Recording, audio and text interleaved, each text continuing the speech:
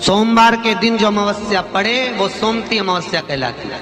क्या करना पड़ता है उस दिन? पीपल के पेड़ की परिक्रमा करो या तुलसी की परिक्रमा करो या पूजन करो, पाठ करो, कुछ भी करो, पर सोमती के दिन दान करो, पुण्य करो, सत्कर्म करो, भजन करो। तो सोमती अमावस्या का विधान इतना शास्त्र क्यों कहता है कि सारी अमावस्याओं में प्रबल सोमती अमावस्या है। शनिचरी अमावस्या से भी बड़ी अमावस्या सोमती कहलाती है। हमारा जितने भी ग्रह, सारे ग्रह चंद्रदेव के साथ मिलकर भगवान शंकर की आराधना में डूबते हैं, और भगवान शंकर की आराधना में डूबते हैं तो उस दिन जो किया हुआ दान पुण्य सत्कर्म है वो हमारे, आप लोगों को मालूम होगा, पितरों की 3 गतियां, पितर, आहुत, वासुक।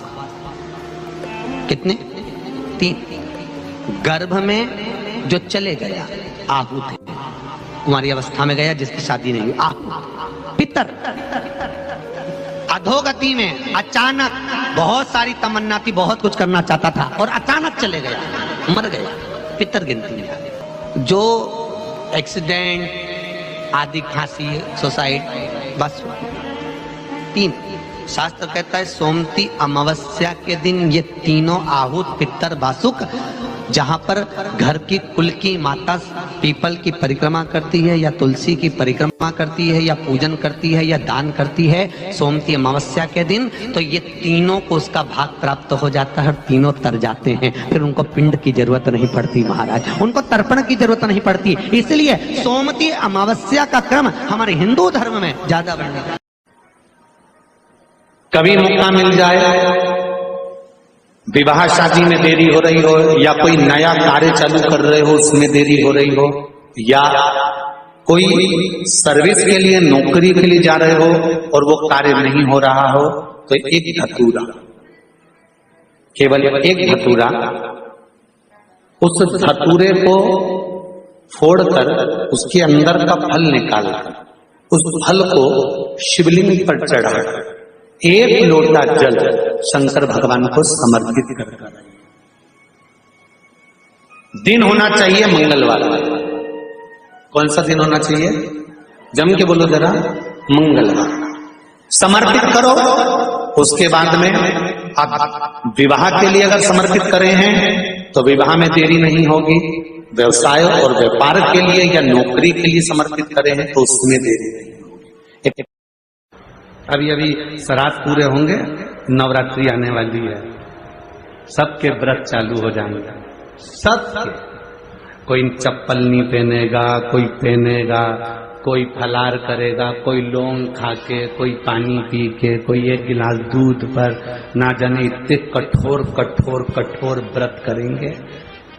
बस 9 दिन व्रत करेंगे, बाकी के समय तो जो मिल जाए उसको खूब चरेंगे। 9 दिन व्रत करेंगे। क्या हो?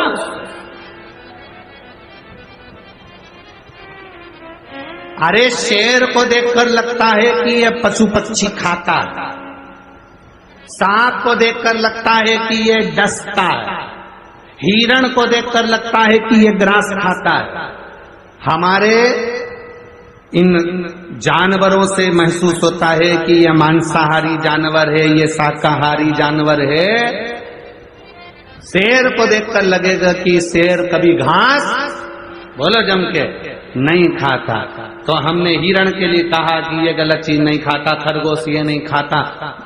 जानवर अपनी नियम को आज तक नहीं बदला। केवल एक इंसान ऐसा है जो मिल जाए सब खा जाए।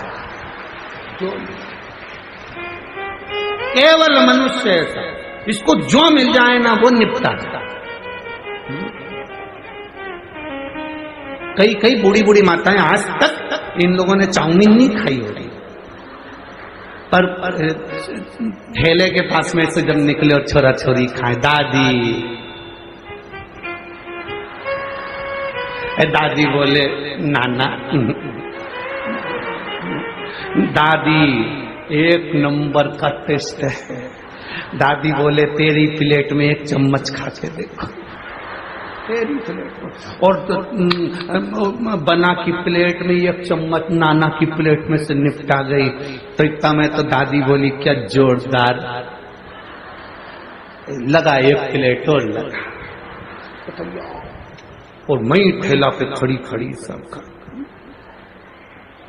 भाई। अब तो छोरा ने कह दिया, दादी गोलगप्पा, पानी बतासा, क्या बोलते हैं, गुपचुप। हैदराबाद में वो पानी पतासा को गुपचुप बोलते हैं। किसी ने पूछा, गुरुजी इसको गुपचुप क्यों बोलते हैं? हमने कहा जैसे मुंह में गुप आदमी चुप, इसलिए गुपचुप। उसमें क्या टेंशन है? दादी बोले, अब छोरा बोले दादी पानी पतासा, और दादी ने कह दिया दे रे नाना दे पानी पतासा दे। और पानी पतासा वाले को इतनी खुजली हो रही थी।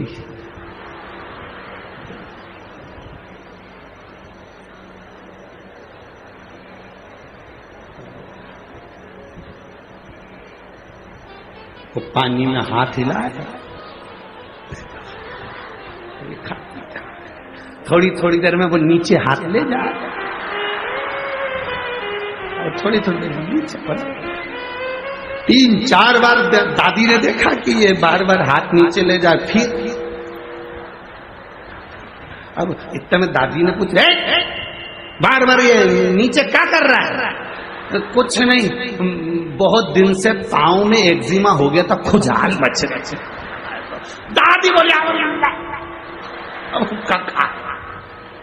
खाओ खाओ।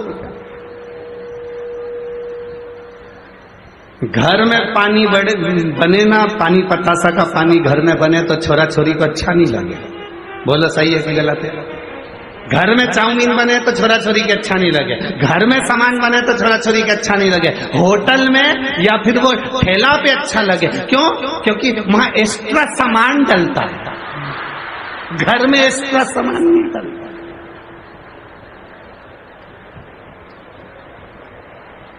अरे भाई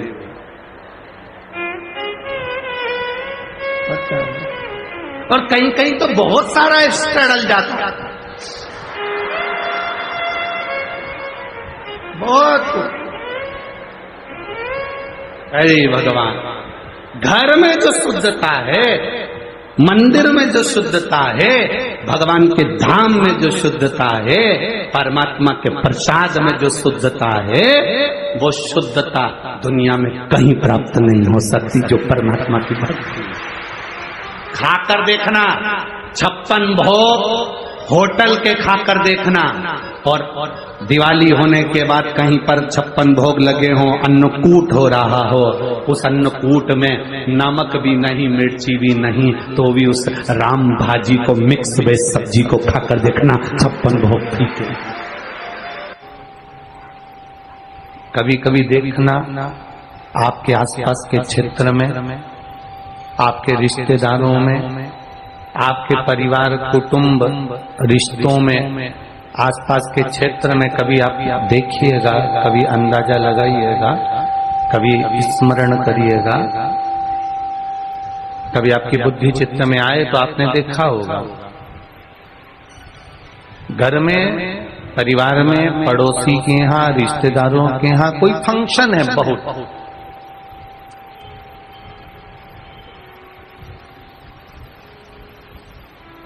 कोई विशेष फंक्शन हो रहा रिश्तेदारों के यहाँ, कभी तुमने अंदाजा लगाना, अपने परिचितों के यहाँ, अपने रिश्तेदारों के यहाँ, अपने पहचान वालों के यहाँ, अपने आसपास में कहीं फंक्शन की तैयारी हो रही है, कहीं मालूम पड़े अचार डल रहा है, कहीं बड़ी बन रही है, कहीं पापड़ बन रहे हैं, कहीं शादी की तैयारी हो रही है, कहीं शादी की सालगिरह की तैयारी हो रही है, कहीं फंक्शन की तैयारी हो रही है, कहीं किसी चीज की तैयारी हो रही है, और तैयारी कर रहे हैं, और तैयारी करते करते करते करते करते करते थोड़े दिन निकले और मालूम पड़े कोई ऐसी घात, कोई ऐसी घटना, कोई ऐसा क्रम परिवार में, कुटुंब में, रिश्तों में, नातों में, कहीं आसपास में देखा हो कि उसके यहाँ एक तरफ तो दिवाली बनने वाली है, एक तरफ तो दशहरा बनने वाला है, एक तरफ तो आतिशबाजी होने वाली है, एक तरफ तो खुशियां आने वाली है, और दूसरी तरफ मालूम पड़े कि जीव के प्राण चले जाए। कभी कभी ऐसी घटना कहीं ना कहीं देखने को मिल जाए।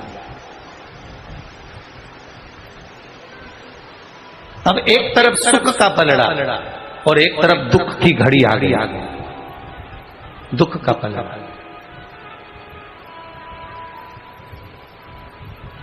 अब व्यक्ति टूट गया कि मैंने तो अच्छा करना चाहा था, इतना सारा सुख, घर में शादी की सालगिरह मनने वाली है, बच्चों का जन्मदिन मनने वाला है, जमीन ली है, फैक्ट्री ली है, जायदाद ली है, ये करा है, वो करा है, सारा सुख मेरे सामने खड़ा है और मालूम पड़े दुख सम्मुख आ गया, किसी जीव के प्राण चले गए। ये सब करते करते अचानक तत्काल तुरंत कहीं अटैक आ गया, कहीं शुगर बढ़ गई, कहीं बीपी बढ़ गया, कहीं जा रहा था, कहीं आ रहा था और प्राण चले गए।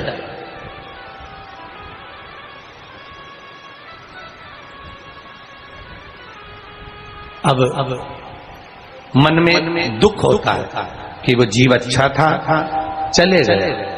पर कोई पूछे, देव ऋषि नारद जी तप करे, प्रहलाद जी ने तप करा, ध्रुव जी ने तप करा, मीराबाई ने तप करा, कर्माबाई ने तप करा, स्वयं ध्रुव प्रहलाद जब तप कर रहे हैं, ध्रुव प्रहलाद जब तप साधना कर रहे हैं, तो तप साधना करते करते करते करते 4 वर्ष की अवस्था थी प्रहलाद जी की, 4 वर्ष की अवस्था थी ध्रुव जी की, 4 वर्ष की अवस्था थी मीराबाई की, 4 वर्ष की अवस्था थी कर्माबाई की। और मीराबाई को भगवान का दर्शन 4 साल की आयु में हो गया था, प्रहलाद जी को 4 वर्ष की अवस्था में भगवान का दर्शन हो गया था, ध्रुव जी महाराज को 4 वर्ष की अवस्था में दर्शन हो गया था, कर्माबाई को 4 वर्ष की अवस्था में दर्शन हो गया था। नारद जी को टेंशन ये हो गया कि मेरी पूरी जिंदगी निकल गई, मुझे भगवान का दर्शन नहीं हुआ, और ये 4 साल की आयु में प्रहलाद को दर्शन हो गया, 4 साल की आयु में ध्रुव जी को दर्शन हो गया, इनको 4 साल की आयु में कैसे हो गया? पत्नी को लगता है पति के प्राण इतनी जल्दी कैसे चले गए? अच्छे थे, सब काम अच्छा हो रहा था, हमारे यहाँ तो शादी की सालगिरह थी, जन्मदिन था, फैक्ट्री थी, दुकान थी, जमीन थी, जायदाद थी, एकदम कैसे चले गए? पति को लगता है पत्नी के प्राण एकदम कैसे चले गए? उसका कारण शिव महापुराण बता रही है, उसका तत्व शिव महापुराण बता रही है कि प्रहलाद को 4 वर्ष की अवस्था में भगवान मिल गए, ध्रुव जी को 4 वर्ष की अवस्था में भगवान मिल गए, मीराबाई को 4 वर्ष की अवस्था में भगवान मिल गए, कर्माबाई को 4 वर्ष की अवस्था में भगवान मिल गए, और नारद जी तप करते करते ना जाने कितनी जिंदगी नारद जी ने निकाल दी, पर भगवान का दर्शन नहीं हुआ। तब नारद जी को चिढ़ चूठी, नारद जी को क्रोध आया, और नारद जी ने जाकर तब अपने गुरुओं से पूछा कि मैंने भजन करा, तप करा, और प्रहलाद ने तप करा, तुम 4 साल के बच्चे को दर्शन दे दिए और मुझे दर्शन देने क्यों नहीं आए? तब भगवान भी कह दिए, नारद ये 4 साल का प्रहलाद का तप नहीं था, प्रहलाद जिंदगी भर से जो भगवान का भजन करते आ रहा था, उसके भजन की उम्र अब पूरी हो गई थी, इसलिए उसको 4 वर्ष की आयु में दर्शन दे दिया। तेरे भजन की उम्र पूरी नहीं हुई, इसलिए तुझे आज तक दर्शन नहीं मिल पाया।